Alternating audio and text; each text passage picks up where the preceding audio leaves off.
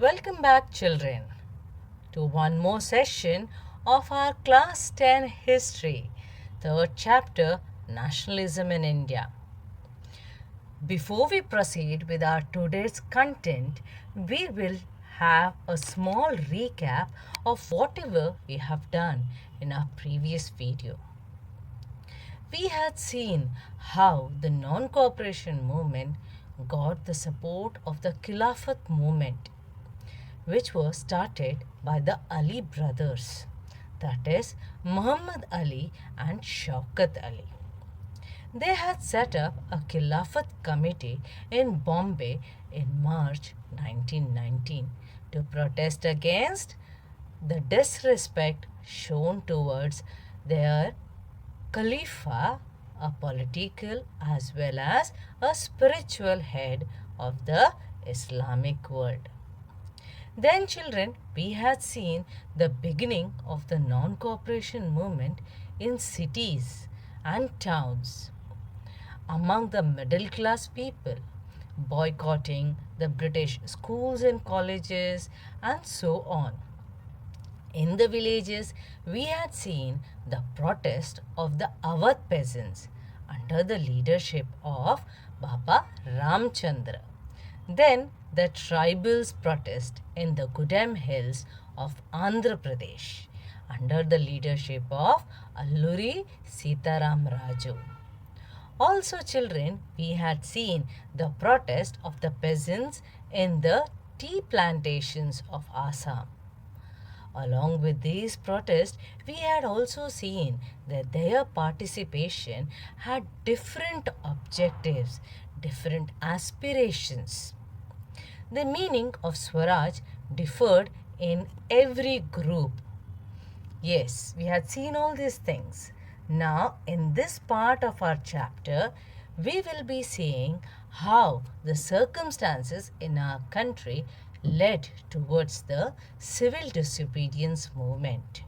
We will see how the Swaraj Party was formed, why Simon Commission came to our country, and why there was a demand for Purna Swaraj, who put up this demand for Purna Swaraj. We have seen in our previous videos why non-cooperation movement was called off. Why was it called off, children?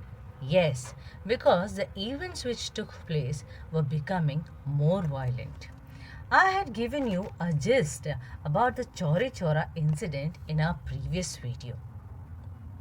Children, after that incident, a martial law was applied everywhere. Around 20 people were hanged till death and 120 people were arrested. Gandhiji was also imprisoned for 6 years. But as he was ill, his imprisonment was reduced by 2 years and he was released in February 1924. Gandhiji realized that the people should be trained to carry out the movement. After the calling of the non-cooperation movement, the leaders within the Congress wanted to participate in the elections of the Provincial Council, and that had been set up by the Government of India Act of 1919. During the non-cooperation movement, children, if you remember, Gandhiji had told to boycott the elections of the councils, along with the boycotts of other things, as a result of which people did not participate in the elections except one party, and that was the Justice Party in Madras Presidency. I hope, children, you remember what we had discussed in our previous video. Now, since the non-cooperation movement was called off, the leaders within the Congress demanded for the participation in council elections. They felt that it was important to oppose the British policies, being within the councils. They argued for reform and also demonstrated that these councils were not truly democratic. And the prominent leaders among them were C.R. Das, that is Chittaranjan Das, and Motilal Nehru. They formed a Swaraj party to participate in the council elections. But there were some young and radical leaders like Jawaharlal Nehru and Subhash Chandra Bose who stressed more on radical mass agitation and for full independence. During this period, a lot of new changes were taking place. That is, many uneven situations started occurring. Two factors shaped the Indian politics towards the late 1920s. The first effect was the worldwide economic depression. It was a situation wherein we could see worldwide recession taking place. The economic slums can be seen. Unemployment increased extensively. The image here shows the people waiting to get employed. Hunger can be seen, and also, if you see the graph here, it shows a economic slump. Can you see here, children? This one? This was a period of 1930 wherein the Great Depression took place. And then slowly, as and how the year started moving, a little improvement could be seen. But whenever there is a Great Depression or the economic slump, you will find this kind of depth or this kind of what we can say an economic downfall. Agricultural prices began to fall from 1926 and collapsed after 1930. Children, just now you saw an example of the graph there, how it collapsed, how the economy collapsed in 1930. Now, as the demand for agricultural goods fell and export declined, peasants found it difficult to sell their harvest and pay their revenues. By 1930, the countryside was in turmoil, in great uncertainty, or we can say in great confusion. We had seen the situation of the Awadh peasants, why they started agitating against the British government, against the landlords, against the talukdars. It was one such example of the rural areas. And the second factor was the Simon Commission. The new Tory government in Britain constituted a statutory commission under Sir John Simon. Now, statutory commission means a non-constitutional body. That is, it is created through the Act of Parliament. Children, this commission has to rely upon its statute to derive the power. Simon Commission was set up in response to the national movement in India. The commission had to look into the functioning of the constitutional system in India and suggest changes. But the problem here with this commission was that it did not have a single Indian member. They were all British. So when the Simon Commission arrived in India in 1928, it was greeted with the slogan, "Go back Simon." All parties, including the Congress and the Muslim League, participated in the demonstration. Children, do you know Lala Lajpat Rai himself led one such procession? against the Simon Commission, and his slogan was Simon Go Back. While the procession was peaceful, the British government brutally lathi-charged the procession. Lala Lajpat Rai received severe head injuries and died of a heart attack on November 17, 1928. Reacting to this situation in an effort to win them over, the Viceroy Lord Irwin in October 1929 announced a vague offer of dominion status for India and a roundtable conference to discuss about the future constitution, but in an unspecified future. Dominion status means the self-rule. That is, your own government, your own people becoming ministers and so on, but under the Britain rule. That is, under the British rule only. If you take an example, children of the private schools, we all know that they have their own rules. But they have to follow the guidelines laid down by some specific university. So here dominion status also exactly means the same. Now, indirectly, Lord Irwin wanted to bring the situation under control to some extent. But these things did not satisfy the Congress leaders. The radicals within the Congress, led down by Jawaharlal Nehru and Subhash Chandra Bose, became more assertive.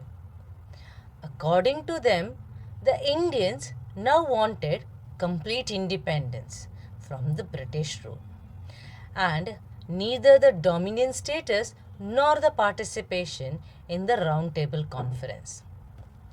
Such leaders started gaining more power, or we can say more dominance, rather than the liberals and the moderates, who were in support of proposing a constitutional system within the framework of the British Dominion. And these leaders, that is the liberals and the moderates, gradually started losing their influence in Congress. In December 1929, in the Lahore Congress session, Pandit Jawaharlal Nehru becomes the president of that Congress session. A resolution was passed demanding Purna Swaraj, or full independence, for India.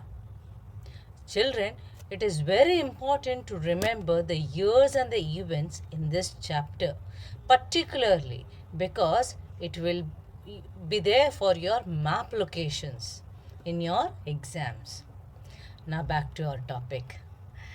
It was declared that 26 January 1930 would be celebrated as the Independence Day, when people were to take a pledge to struggle for complete independence.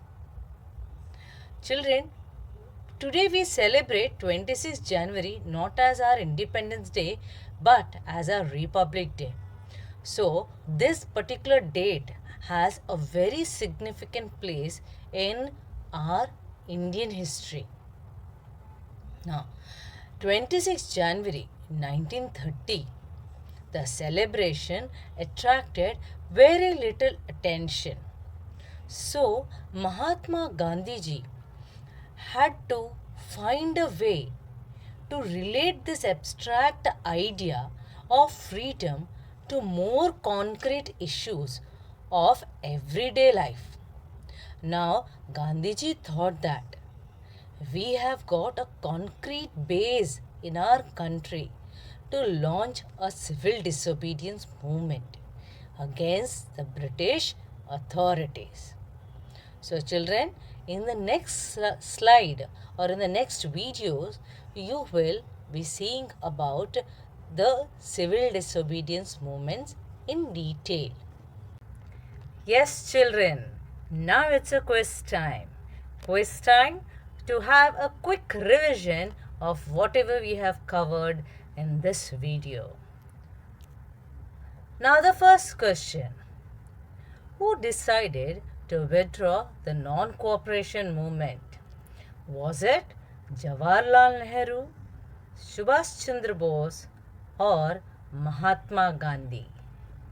Yes, it was Mahatma Gandhi. The Swaraj Party within the Congress was formed by whom? Was it Jawaharlal Nehru and Subhash Chandra Bose? Was it C.R. Das and Motilal Nehru? Or was it Mahatma Gandhi and Motilal Nehru who had formed the Swaraj Party within the Congress? Yes, it was C.R. Das and Motilal Nehru. By which year the countryside was in great turmoil? Was it in the year 1920? Was it in the year 1926? Or in the year 1930? It was in the year 1930. When did the Simon Commission arrive in India, children? Was it in the year 1926? Was it in the year 1928 or in the year 1930? It was in the year 1928. Now children, under whose presidency in the Lahore Congress the demand for the Purna Swaraj formalized? Was it Mahatma Gandhi? Was it Subhash Chandra Bose? Or was it under the presidency of Jawaharlal Nehru? Yes, children, it was under the presidency of Jawaharlal Nehru in the Lahore Congress.